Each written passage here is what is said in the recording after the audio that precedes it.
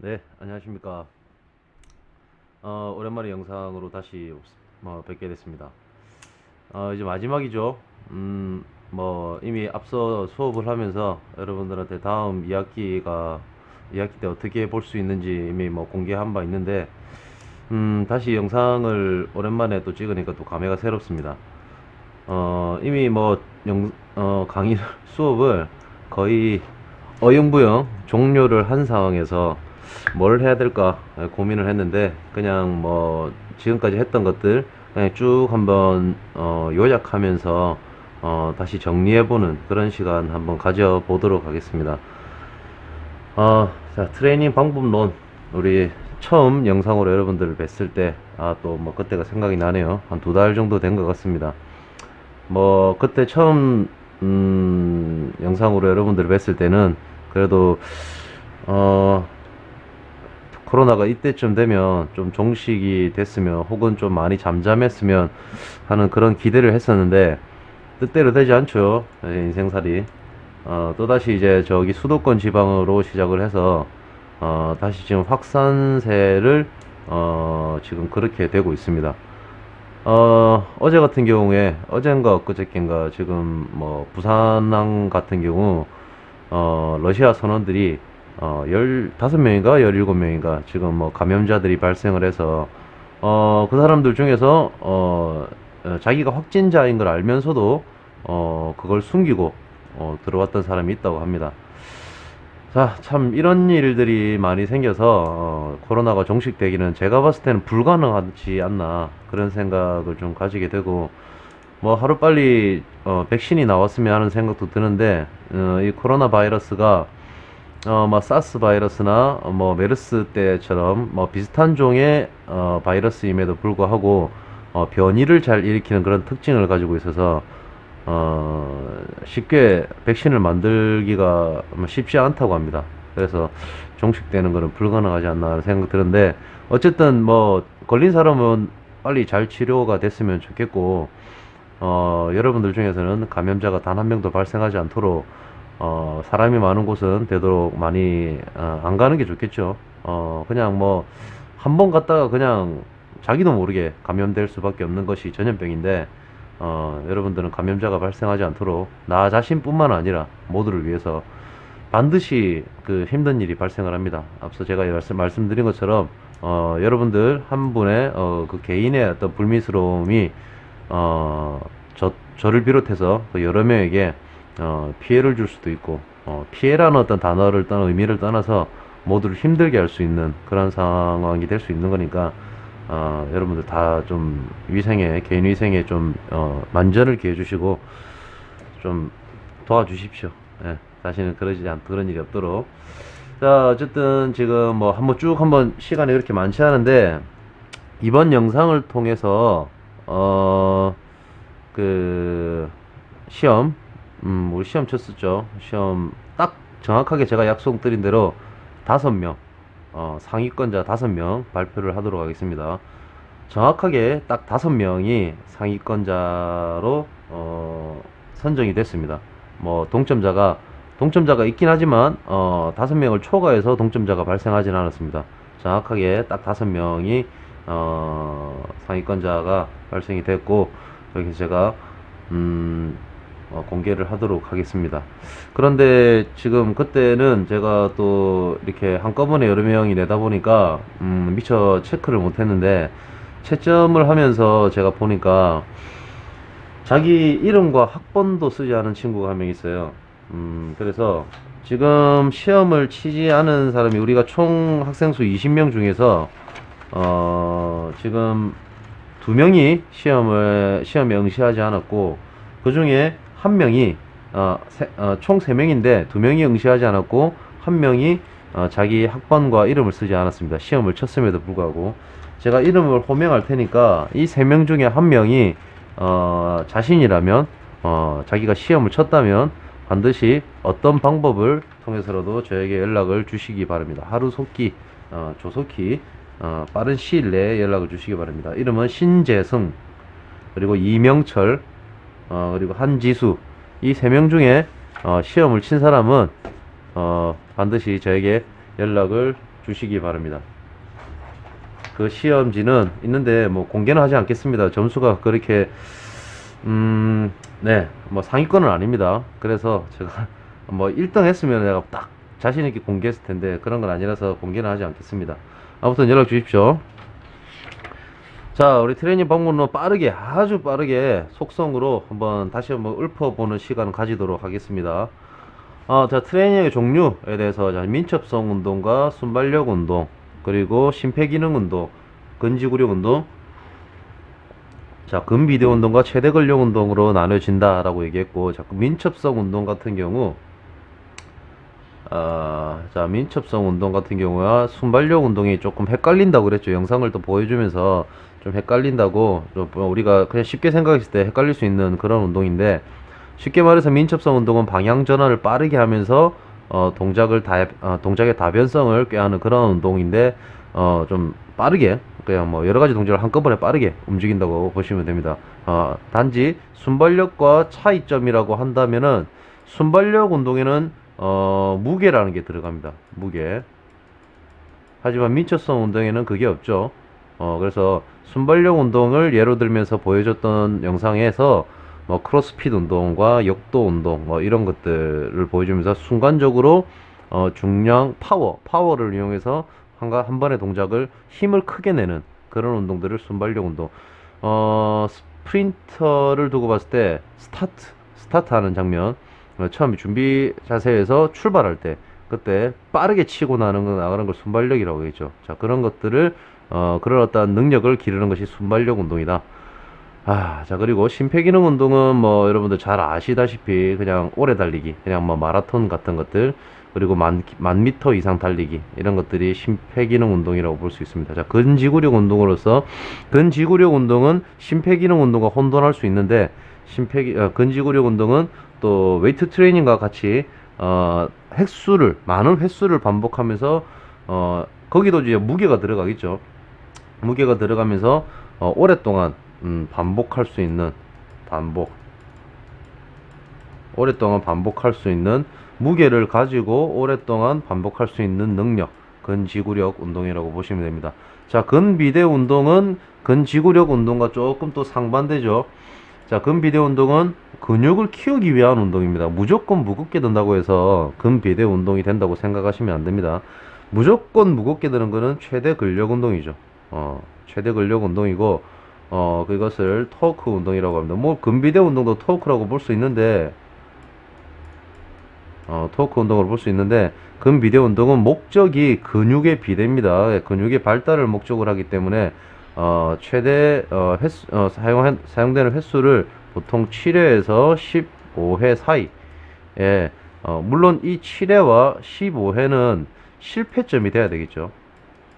그냥 내가 충분히 30회 들 수 있는 그런 무게를 가지고 7회에서 15회를 해라, 그런 뜻은 아닙니다. 그렇기 때문에 그런 부분들을 잘 구분해 주셔야 된다. 자, 그리고 최대 근력 운동은 말씀드린 대로 한 번 들어 올리는 데 있어서 최대 힘을 기르기 위한 그런 훈련을 최대 근력 운동이라고 하는데, 가장 대표적으로 역도는 최대 근력 운동도 될 수 있지만 순발력 운동도 될 수 있습니다. 자, 그래서 우리 근육의 성장 원리를 두고 봤을 때 수익은, 불수익은, 심장근 세 가지로 나눴었죠. 자, 수익은 뭡니까? 수익은 우리가 인간이 스스로 움직일 수 있는, 통제할 수 있는 근육. 자, 그리고 그것이 바로 골격근이 되겠습니다. 우리가 움직일 수 있는 골격근. 중추신경과 연결돼서 중추신경은 다 연결되어 있네요. 그래서 우리가 스스로 통제할 수 있는 근육을 수익근이라고 합니다. 그리고 불수익근은 여러분들의 심장, 그리고 장기, 뭐 위장이나 소장이나 대장, 그리고 혈관, 이런 것들도 불수익근에 들어가는데 여러분들이 쉽게 통제할 수가 없죠. 그래서 내장근, 평활근이 내장근입니다. 내장근의 근육의 근섬유의 형태가 평활근이라는 얘기입니다. 그리고 심장근이라고 그랬습니다. 자, 빠르게 넘어가도록 해보겠습니다. 자, 뭐 근육의 성장 과정. 자, 뭐 보통 골격근은 보통 체중의 40에서 45%를 차지하는데, 이거는 그냥 수치상 표준치를 얘기를 했을 때 얘기를 하는 거고, 그냥 비만이거나 고도 비만인 사람의 골격근이 체중에서 40에서 50%를 차지한다는 그런 얘기는 아닙니다. 보디빌딩을 통해 체중을 늘릴수록 그 비율이 당연히 높아지겠죠. 그리고 근육은 보통 70에서 75%가 수분으로 되어 있고, 단백질이 20%, 나머지는 미네랄과 탄수화물이라고 하면 그 당질을 얘기합니다. 저장된 형태가 글리코겐이라는 형태로, 포도당은 우리 체내 탄수화물은 우리 몸에 흡수가 되면 포도당이라는 글루코스라는 물질로 변환이 됩니다. 그래서 그 글루코스가 근육에 저장될 때는 글리코겐이라는 명칭으로 저장이 됩니다. 근데 그 저장될 때 글리코겐 1g당 3g에서 4g 정도의 수분을 같이 땡겨가서 자기 혼자서는 못 가겠다, 그런 어떤 뉘앙스로 같이 저장되게 됩니다. 그래서 근육 속에는 수분을 많이 보유하게 됩니다. 그리고 골격근은 우리 인체에 약 660여 개로 되어 있고, 뼈의 개수는 한 206개 정도 됩니다. 그러면서 제가 첫 시간 때 말씀드렸던 거죠. 저는 새끼 발가락 하나가, 마디가 하나 없고, 운동하다가 허리를 심하게 다쳤을 때, MRI를 촬영한 적이 있는데, 꼬리뼈가 한 마디가 없는 것을 알게 돼서 내 몸에는 뼈가 두 개가 없다. 그래서 나는 202개로 추정이 된다. 204개로 추정이 된다라고 그렇게 말씀드렸던 것 같습니다. 별로 중요하지 않습니다. 자, 이번에 골격근의 구조입니다. 골격근의 구조. 자, 이것이 뼈죠. 요거는 뼈고, 이것이 텐던이라고 하는 건인데, 건의 역할은 뭐라고 그랬죠?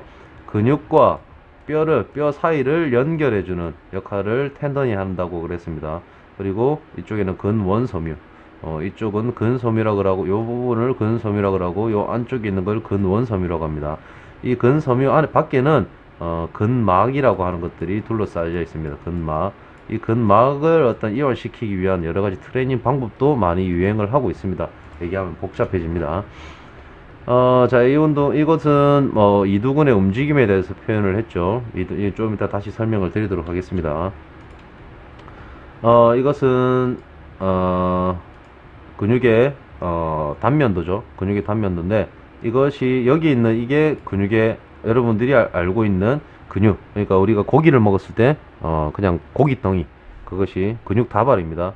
그 안쪽에 있는 또 근육 다발이 있습니다. 그 근섬유를 둘러싸고 있는 다발, 근다발이라고 합니다. 이쪽은 운동신경입니다. 운동뉴런의 중추신경을 통해서 전기적 자극을 통해 근섬유에 전기적 자극을 전달을 하게 되고, 그러니까 뇌에서 보내는 신호를 전달하게 되죠. 그래서 전기적 신호가 되었다가 다시 이 종말판에서 화학적 신호로, 그러니까 아세틸콜린이라고 하는 신경 전달 물질로 인해서 신경이 전달이 됩니다. 그러면서 이 근형질 세망을 통해서 그 신경이 확산이 됩니다. 그 전기 신호가 확산이 되면서 근육이 수축하게 되는데, 근육이 수축하는 원리는 우리 액틴과 마이오신이라고 하는 굵은 세사와 얇은 세사, 얇은 세사, 그리고 마이오신은 굵은 세사라고 합니다. 그래서 이것들이 이렇게 움직여서 한다. 요거 얘기 또 하면 요것만으로도 한 1시간 설명할 수 있습니다. 그래서 간단하게 근육의 움직이는 원리, 여러분들이 생각하는 거 제일 쉽게 생각했을 때는 액틴과 마이오신이 수축과 이완을 한다. 이완은 스스로 이완을 한다는 건, 근육의 특징이 스스로 이완하는 건 아니라고 그랬습니다. 그냥 놓는 거죠. 얘들이 스스로 밀어내서 자기들이 근육이 이완하는 것이 아니라, 서로 당겼던 것들을 그냥 놔줍니다. 놔주는 것 자체가 이완인데, 이 수축된 이 상태를 너무 오랫동안 지속을 하다 보면 근육 전체의 그 근절이 요렇게 절이 좀 짧아지겠죠. 요 거리가 좀 짧아지겠죠. 그렇게 되면, 그러면 어떤 현상이 생기느냐? 불균형이 생깁니다. 예를 들면 우리 햄스트링을 두고 봤을 때 좌우, 우리 왼쪽의 햄스트링과 오른쪽의 햄스트링, 우리가 다리를 양쪽을 가지고 있지만은 양쪽을 동시에 정확하게 쓰고 있지는 않죠. 그렇게 쓰기는 조금 어렵습니다. 그러다 보면 앉아 있다 보면 다리를 꼬아서 앉아 있는 사람도 있고, 운전을 하는 사람들 같은 경우에는 한쪽 다리, 특히 오른쪽 다리를 많이 쓰게 되고, 왼쪽 다리는 거의 안 쓰게 됩니다. 그래서 옛날 같은 경우에는 저도 20대 초중반 때까지만 해도 운전을 할 때 수동 미션을 좋아했습니다. 그래서 저는 좀 레이싱을 좀 좋아하기 때문에 잘 알고 계시죠? 그래서 레이싱 좀 달리는 걸 좋아합니다. 그래서 수동 미션을 좀 많이 탔습니다. 그래서 그때는 클러치라는 어떤 레버를 발로 밟아야 되는데 그게 왼발을 쓰게 됩니다. 그래서 그때는 양발을 다 썼어요. 근데 요즘에는 거의 뭐 95% 이상 수동 미션은, 트럭 운전을 하지 않는 이상은 수동 미션을 거의 쓰지 않죠. 그래서 운전을 하시다 보면 다들 오른발밖에 쓰지 않는 상황이 되는데, 그래서 왼쪽 다리는 좀 햄스트링이 좀 짧아지게 되는 그런 현상을 좀 초래하게 되고, 우리 뭐 어깨 주변 근육이나 이런 것들도 우리가 잠을 자면서 한쪽으로 잠을 자게 되면 한쪽으로 잠을 잔 쪽이 그러니까 체중을 실은 쪽에 어깨가 근육이 일부분은 짧아지고 일부분은 이완되게 되는 그런 상황을 초래하게 됩니다. 그러다 보면 불균형이라는 언밸런스가 발생하게 되죠. 그러다 보면 어떠한 정형외과적인 질환이 발생된다. 그렇기 때문에 우리 근육이 우리의 어떤 뭐 잘못된 습관들을 통해서 근육이 짧아져서 인체의 어떤 불균형을 초래하게 되어 어떤 정형외과적인 질환을 발생시키지 않도록 여러분도 올바른 자세, 그리고 항상 운동을 좀 즐겼으면 좋겠습니다. 좌우지간 여러분들이 반드시 기억해야 될 거는, 근육에 있어서는 액틴과 마이오신의 작용에 대해서 반드시 기억해야 된다. 액틴에 있는 요거 액틴, 잘 보이진 않죠? 콩나물 대가리 같은 요렇게 생겼습니다. 요렇게 생긴 게 요 상태로 누워 있다가 이렇게 빨딱 섭니다. 빨딱 서가지고 이 액틴 마요신에 액틴 마요신 한다. 액틴 세사를 끌어당깁니다. 끌어당기면서 이 근절이 짧아지죠. 요 자체가 쭉 짧아지게 됩니다. 그러면서 우리 근육은 수축하게 됩니다.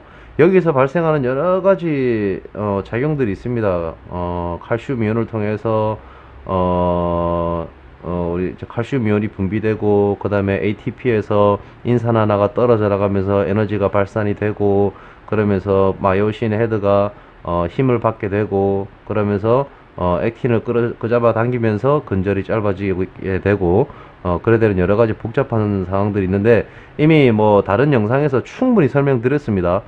다시 이 영상에서 설명을 드리지 않도록 하겠습니다. 그걸 보시면 궁금하신 부분들은 어떤 근육의 작용이나 어떤 운동생리학에 대해서 조금, 이거는 운동생리학 가장 기본입니다. 이 근육의 움직임, 운동생리학 책을 보면 제일 앞에 나와 있습니다.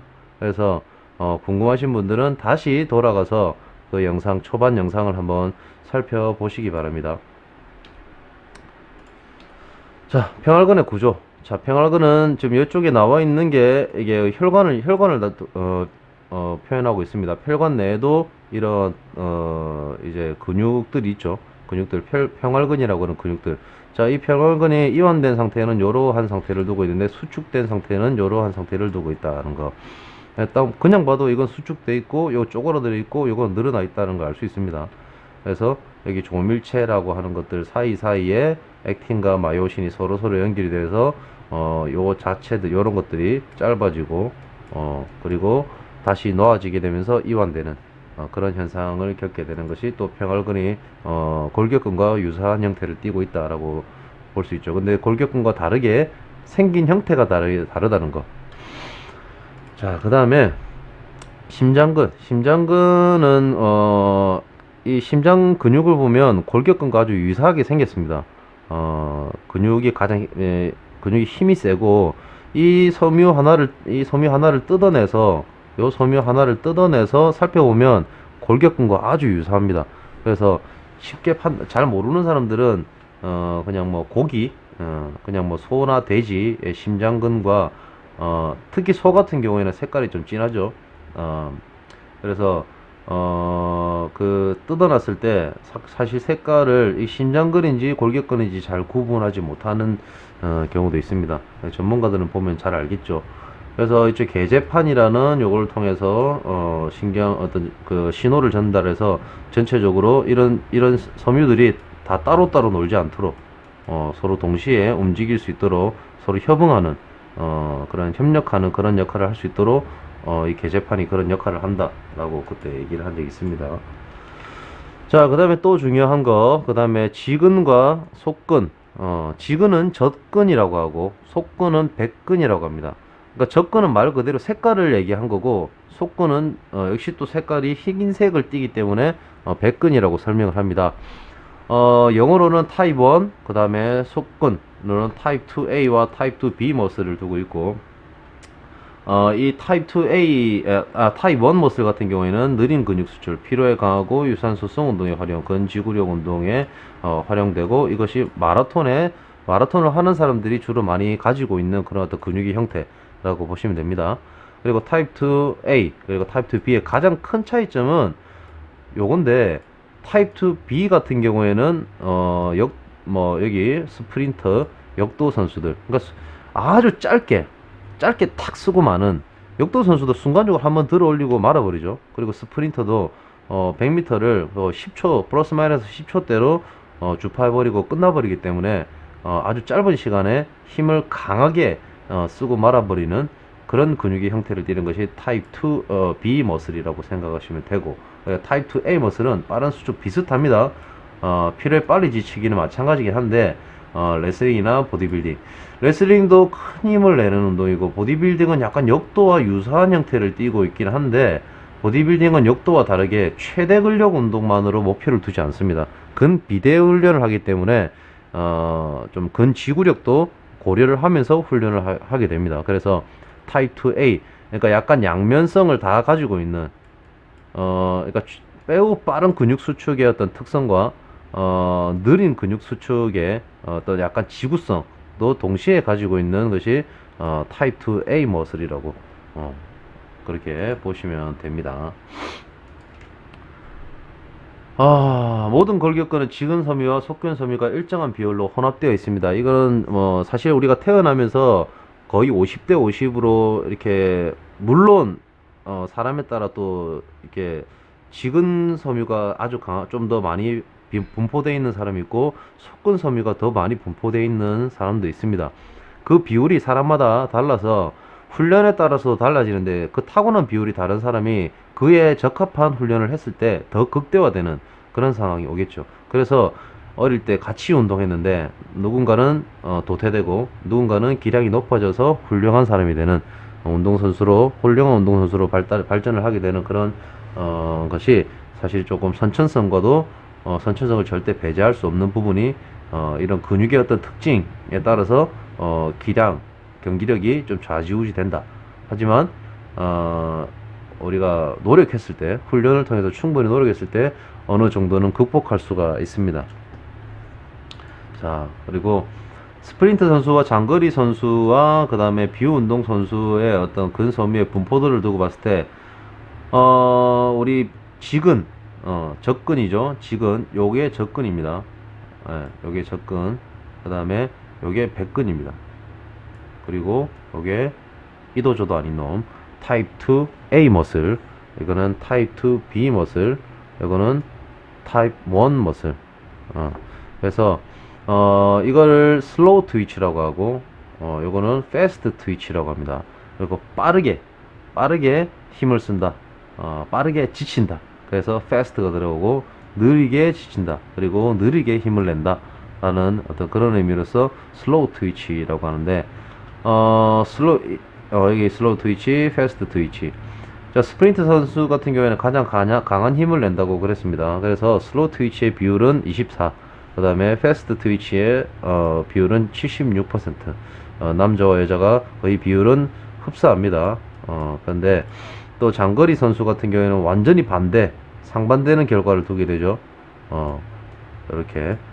근데 아무리 마라톤 선수로서 어릴 때부터 훈련을 했다고 해서 패스트 트위치가 전혀 없을 수는 없습니다. 그게 사람의 특징입니다. 자, 비운동 선수 같은 경우에는 적당히 50% 정도 돼 있죠.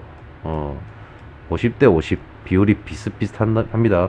그래서 아까 말씀드렸죠. 원래 태어날 때는 50대 50으로 그렇게 거의 50대 50으로 이렇게 가지고 태어나는데, 훈련의 정도에 따라서 요 위에 같은 이런 현상을 겪을 수 있습니다. 근데 아무런 운동을 살면서 나는 숨 쉬는 게 운동이다라고 생각하는 그런 사람들 같은 경우에는 태어난 직후에 어떤 그런 타고난 근육의 형태를 꾸준하게 이끌고 가는 경향이 있는데, 뭐 운동은 전혀 안 해도 자신의 어떤 사회생활 그리고 일의 특성, 생활의 특성에 따라서 또 조금씩 이렇게 비율이 달라질 수는 있겠죠. 자, 이거 패스하도록 하겠습니다.